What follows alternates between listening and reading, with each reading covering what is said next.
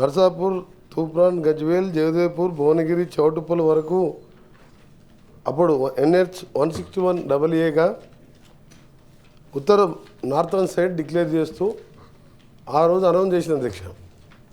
అని చాలా బాధాకరం ఏంటంటే దాని మీద అప్పటి ప్రభుత్వం దృష్టి పెట్టకపోవడం, అది అక్కడనే ఆగిపోవడం.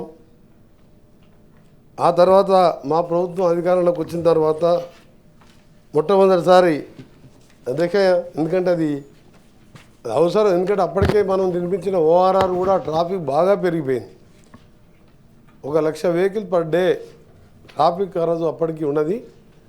ప్లస్ ఇది ఫ్యూచర్ సిటీని డెవలప్ చేయాలి, ఇంకా కూడా ఎక్స్పాన్షన్ చేయాలి. మనం చూసిన గోకాపేట కానీ ఫైనాన్షియల్ డిస్ట్రిక్ట్ కానీ ఏ విధంగా రేట్లు పెరుగుతున్నాయి, మిడిల్ క్లాస్ మ్యాన్కి ఏ విధంగా ఇబ్బంది ఉంది, ఇంకా సిటీని కూడా అప్గ్రేడ్ చేయాలి. నేషనల్ హైవేకి 6 నేషనల్ హైవేస్ క్రాస్ అవుతుంది కాబట్టి వెహికల్స్ బయటికి వెళ్ళే విధంగా దాన్ని టేకప్ చేయాలి అని మా ప్రభుత్వం వచ్చి నేను మినిస్టర్ అయిన తర్వాత నేను 7th రోజు ప్రమాణ స్వీకారం చేస్తే 11th డిసెంబర్ రోజు గడ్కరీ గారి దగ్గరికి వెళ్ళి దాదాపు 2 అవర్స్ పాటు చర్చించి ఆ తర్వాత వరుసగా 7 సార్లు ఇప్పటికి గెలవడం అధ్యక్ష. లాస్ట్ విజిట్ మన 11th రోజు కూడా దాదాపు 2 గంటల పాటు మా అధికారులతో కలిపి మా పార్లమెంట్ సభ్యులతో కలిసి దీన్ని వేగవంతం చేయాలి, దీని అవసరం దృష్ట్యా అని చెప్పి వారిని కోరడం. ఇప్పటికే నార్థన్ భాగానికి సంబంధించి 5 ప్యాకేజీలుగా తీసి దాదాపు 7,100 కోట్లతోని టెండర్లు పిలిచే కార్యక్రమం కూడా జరిగింది. కానీ కొన్ని పర్మిషన్స్ కానీ మళ్ళా క్యాబినెట్ అప్రూవల్ అయిన తర్వాతనే నేను చేయాలని చెప్పి అప్పుడు ఈ టెండర్స్ని కూడా ఓపెనింగ్ పోస్ట్పోన్ 2 సార్లు పోస్ట్పోన్ చేయడం జరిగింది. మొన్న 11th రోజు గడ్కరీ గారు గౌరవ కేంద్ర మంత్రి గారు ఆ రోజు నాకు హామీ ఇచ్చి 2 months లోపు ఇవన్నీ కూడా క్యాబినెట్లో అప్రూవ్ చేయించి నార్థన్ సైడ్ని వెంటనే పనులు ప్రారంభించే విధంగా చర్యలు తీసుకుంటామని చెప్పి చెప్పడం జరిగింది అధ్యక్ష. దాంతోపాటు అప్పుడే చెప్పాను నేను, ఇప్పటికే మేము ఒక కన్సల్టెన్సీని రిక్రూట్ చేసుకొని సదరన్ భాగాన్ని కూడా, ఎందుకంటే నార్త్ చేసి అక్కడ వర్క్ స్టార్ట్ అయిన తర్వాత సదరన్కి సంబంధించి అలైన్మెంటే అక్కడికి ఫిక్స్ కాలేదు. దాన్ని మేము ఇప్పుడు టేకప్ చేసి ఒక కన్సల్టెన్సీ అపాయింట్ చేసి చౌటుప్పల్ నుంచి మళ్ళా దాని నుంచి వికారాబాద్ మీదుగా కన్నీ వరకు అక్కడ సంగారెడ్డి వరకు ఇది రింగ్గా ఉండాలని దానికి సంబంధించిన కార్యక్రమం కూడా చేపడుతూ మంత్రి గారికి గౌరవ కేంద్ర మంత్రి గారు చెప్పడం జరిగింది. సైమల్టేనియస్గా దీన్ని కూడా చేస్తామని చెప్తే వారు కూడా ఒప్పుకొని మీరు వెంటనే DPR చేసి పంపమని చెప్పి వారు చెప్పడం జరిగింది.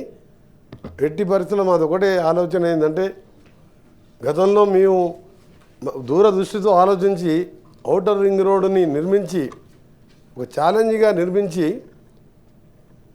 అదే ప్రాంతంలో ఫైనాన్షియల్ డిస్ట్రిక్ట్, అదే ప్రాంతంలో కోకాపేట SEZ కానివ్వండి, అదే ప్రాంతంలో ఇందిరాగాంధీ ఇంటర్నేషనల్ ఎయిర్పోర్టు నిర్మించి ఈరోజు హైదరాబాద్ విశ్వనగరంలో ఈరోజు ప్రపంచంలో అసలు దేశంలో నెంబర్ 2 స్థానంలో ఆఫ్టర్ బెంగళూరు ఉన్నదంటే ఆ రోజు మా కాంగ్రెస్ ప్రభుత్వం రాజశేఖర రెడ్డి గారు ముఖ్యమంత్రిగా దాని లింక్ రోడ్ PV నరసింహ ఎక్స్ప్రెస్వేగా కలుపుతూ ORR నిర్మించింది అధ్యక్ష.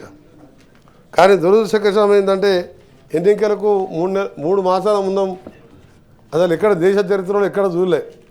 నేను కూడా 25 సంవత్సరాలుగా 5 సార్లు ఎమ్మెల్యేగా 2 సార్లు మంత్రిగా ఎంపీగా ఉన్నాను తప్ప ఎప్పుడు కూడా ఒక రోడ్డుని హోల్సేల్గా 30 yearsకు నామినల్ బేస్ మీద రోడ్ అమ్ముకున్నట్టే లెక్క అధ్యక్ష. లీజ్ అంటే 30 years అంటే చాలా లాంగ్ పీరియడ్. చాలా ORR మేము కట్టింది మీరు అమ్ముకున్నారు. RRRకి వస్తే ORRకు లింక్ ఉంటుంది దానికి.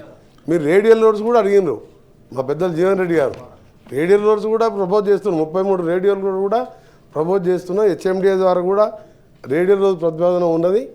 కానీ ఎంత అధ్యక్ష, సంవత్సరానికి మాకు అప్పటికే 300-400 కోట్ల ఆదాయం వచ్చే రోడ్డుని ఎక్కడైనా చూసాం అధ్యక్ష ఈ ప్రపంచంలో? ఈ దేశంలో కాదు, ప్రపంచంలో ఎక్కడ చూడలే. సరే, ఇప్పుడు దాని విమర్శన కాదు, కానీ మేము పాత హిస్టరీ మాట్లాడుకుంటూ పోతే మాకు సమయం లేదు అధ్యక్ష. ఎందుకంటే 10 సంవత్సరాలు వెనుకపోయిన తెలంగాణని అప్పులపాలు చేసి విధ్వంసం సృష్టించిన తెలంగాణని ఏ విధంగా ప్రపంచ పటంలో హైదరాబాద్ ముఖచిత్రం ఉండే విధంగా మా ప్రయత్నం. ఇప్పటికే మా శ్రీధర్ బాబు గారు, మా గౌరవ ముఖ్యమంత్రి గారు మేము చేస్తున్న కార్యక్రమాలు అన్నీ కూడా వారు చెప్పడం జరిగింది. ఎట్టి పరిస్థితుల్లోనూ కూడా ఒక 3 నుంచి 4 ఇయర్స్ లోపే ఈ త్రిబుల్ నిర్మించి వారు చేసే 4 సిటీతో పాటు ఇంకా కూడా ఎక్కువ పరిశ్రమ మీరు దావోస్కి వెళ్ళినప్పుడు చూసిన అధ్యక్ష వాళ్ళందరికీ కూడా ఏ విధంగా చేస్తున్నాం.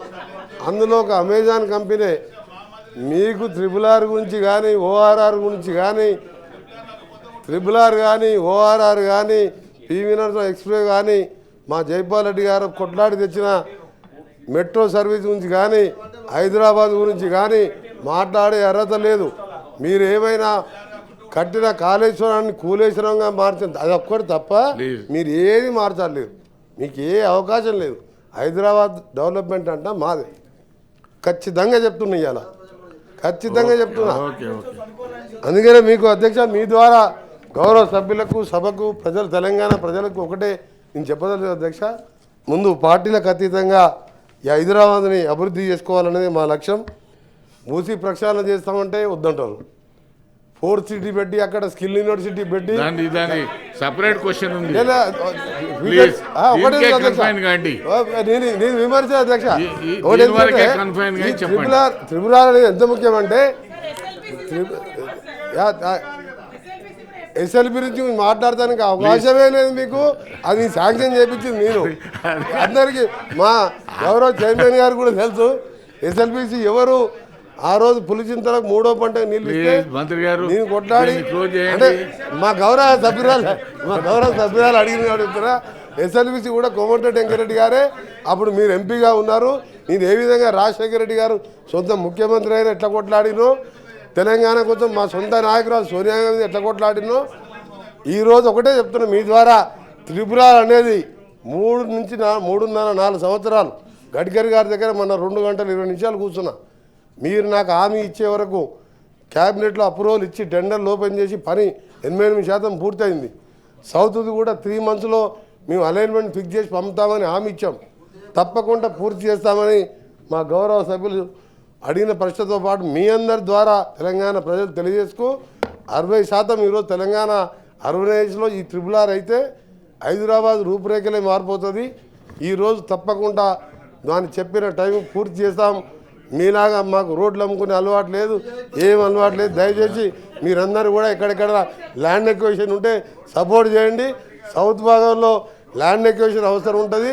మేము మంచి రేటు, మార్కెట్ రేటు కూడా మంచి రేటు ఇస్తాం రైతులకు. ఎక్కడ కూడా రైతులకు ఇబ్బంది పెట్టాం. కానీ మీరు అధికారుల మీద దాడులు చేపించి మా అభివృద్ధిని అడ్డుకోవద్దని మీ ద్వారా వారికి విజ్ఞప్తి చేస్తున్నాం.